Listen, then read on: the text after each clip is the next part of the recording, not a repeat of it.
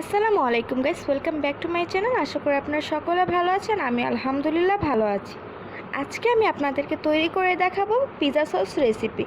So ফার্স্টে আমি এখানে 3টি টমেটো নিয়ে ক্রস করে কেটে নিয়েছি। এখানে আমি একটি পাত্রে পানি নিয়েছি। পানিটা গরম হয়ে গেলে আমি এখানে 3টি টমেটো দিয়ে দিব।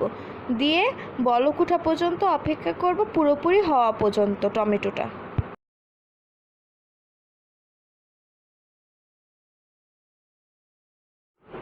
এখন আমি হালকা টমেটোগুলোকে একটু উল্টিয়ে পাল্টিয়ে দিব যেন আরেক সাইড হয়ে যায়।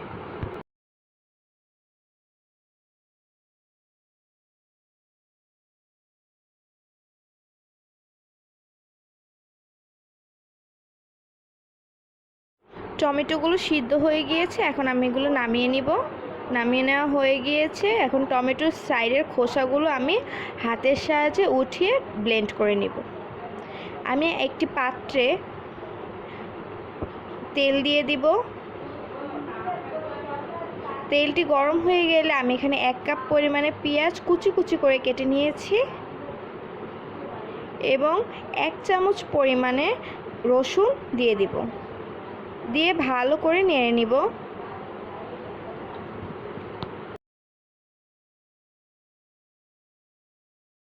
হালকা ব্রাউন করে ভেজে নিতে হবে। পেঁয়াজ রসুন ব্রাউন কালার হয়ে গিয়েছে। এখন আমি পেস্ট করা টমেটোটা দিয়ে দিব। টমেটো পেস্ট দেওয়ার পরে 1/2 কাপ পরিমাণে অল্প একটু পানি দিয়ে দিব। পানি দেওয়া হয়ে গেলে ভালো করে নেড়ে নিব।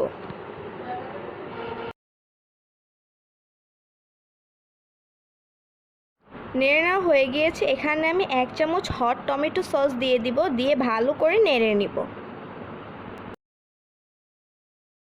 এখন আমি এখানে অর্ধেক চামচ চিনি দিয়ে দিয়েছি। দিয়ে নেড়ে আবার 1/2 চামচ মরিচের গুঁড়া দিয়ে দিব। মরিচের গুঁড়ো দিয়ে ভালো করে নেড়ে নিতে হবে। এখানে আমি 1/2 চামচ পরিমাণে ব্ল্যাক পেপার দিয়ে দিচ্ছি, 1/2 চামচ পরিমাণে হোয়াইট পেপার এবং 1/2 চামচ অরিগ্যানো দিয়ে ভালো করে নেড়ে নিতে হবে।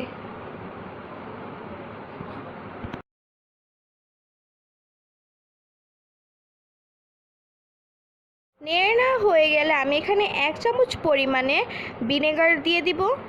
ভিনেগার দিয়ে ভালো করে নেড়ে নিব।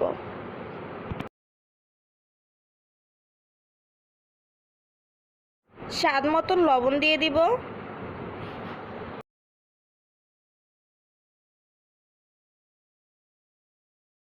লবণ দিয়ে ভালো করে নেড়ে নিতে হবে। নেড়ে নিলেই তৈরি হয়ে যাবে পিৎজা সস। আমি পরিবেশন করে নিয়ে আসছি। দেখতেই পাচ্ছেন সসটা কতটা সুন্দর হয়েছে এবং আপনারা অবশ্যই বাসায় ট্রাই করে আমার কমেন্ট বক্সে জানাবেন।